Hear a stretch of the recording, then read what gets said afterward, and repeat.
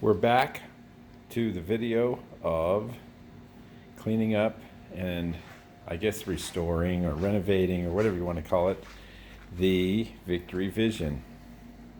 So we left off with painting the side covers of the saddlebags.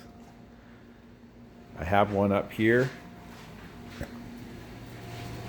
and we're going to get started on sanding and painting the side covers. So the first step is to get this,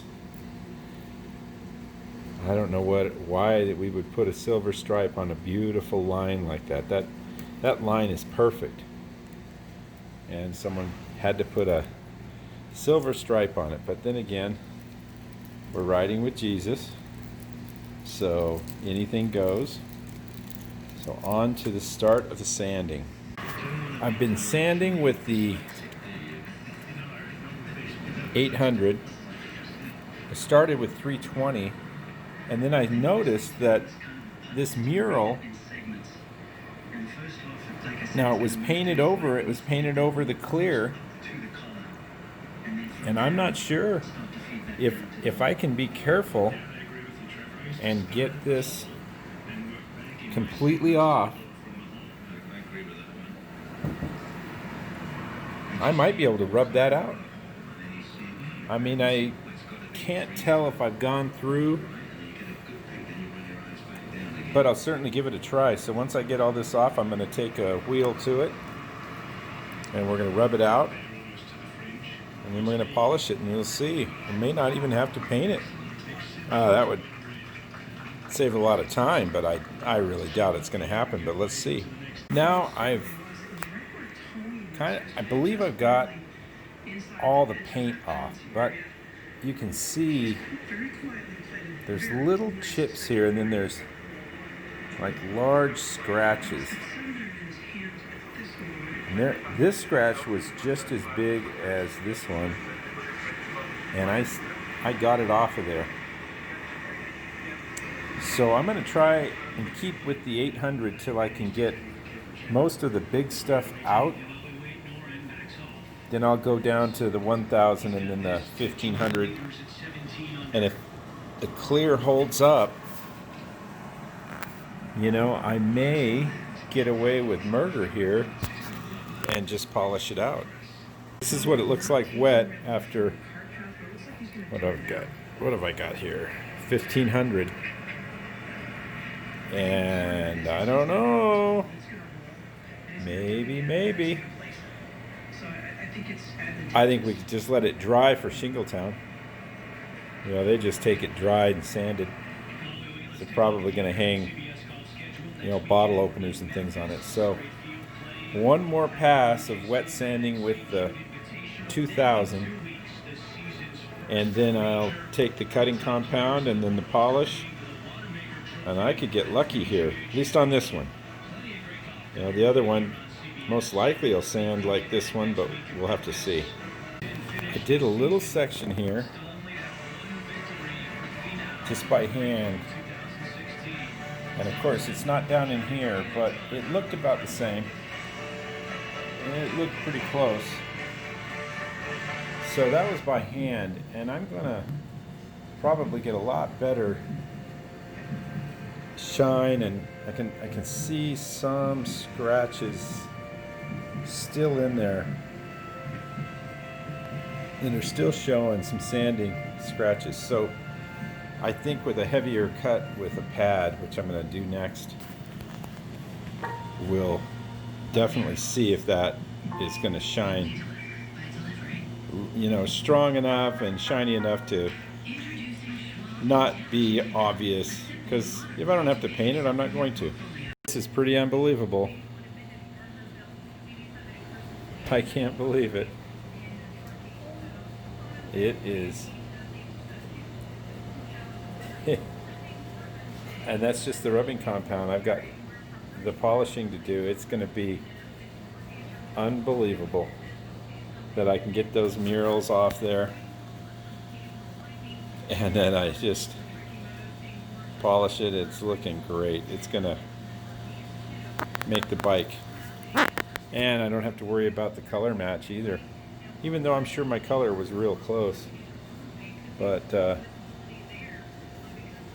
shine is awesome. So I'm going to start sanding on the second cover and we'll see if we can get it off too. What I'm doing on this one is I'm just going around and edging it.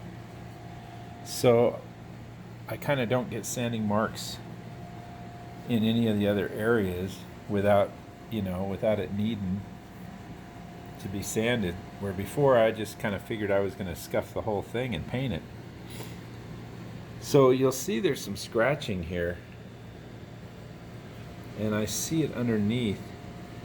I kind of think it might be why they painted this, just to kind of cover that up and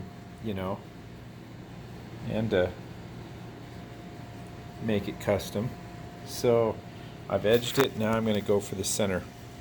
Well, it came off. It's got some nasty scratches here, and I burnt through, I believe, right there.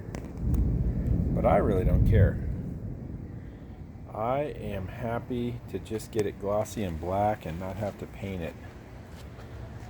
Here's a handy tip. If you've got an adjustable speed control on, this is called a Hi-Tech. It's not a real expensive one, but that gives you the breakdown of what pad to use and what speed.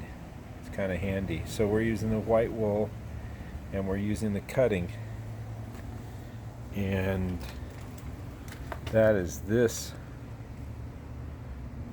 extra cutting cream. And I've gone through quite a few different cutting or rubbing compound, whatever you want to call it, and this does a pretty good job. It's hard to find one these days that really will cut. So let's cut this down and see if we can get it to shine. This is with just the step one, basically the rubbing compound, and then this Ultra 2 step one, and the blue pad, and reduced the RPM. So as you can see, this is going to work out fine. A bike with a few miles on it doesn't need to be perfect, but you can see there's scratches in it. But I dug out the color with an X-Acto knife, which kind of made a few of the scratches a little bigger, but it looked terrible with like orange and brown and green in the cracks. So, and then you can see how I burnt through there. But really, I mean, that is, compared to having to go through all the trouble of painting, it was sure nice to be able to just get that off, sand it off, and then buff it. So I'm going to go for the step 2, which is just the finished polish, and then I'll mount them on the bike. That is done with all 3 steps. Look at the reflection in that. It's hard to believe that that was a mural on there. Airbrushed mural. Got lucky on that. There they are. I'm going to live with that. I know there's scratches, and someday I may paint that. But one thing I kind of look for is if it's on the kickstand side, which the scratched one is on the kickstand side, which means it'll be kind of hidden, aiming towards the ground when we're parked. So we'll mount these and then get on with the detail. Well, we come to the end of the Victory Vision cleanup, you might say. Restoring the stock, you might say. Just plain getting it back into serviceable condition. And big 106 cubic inch, all detailed with the original exhausts and all the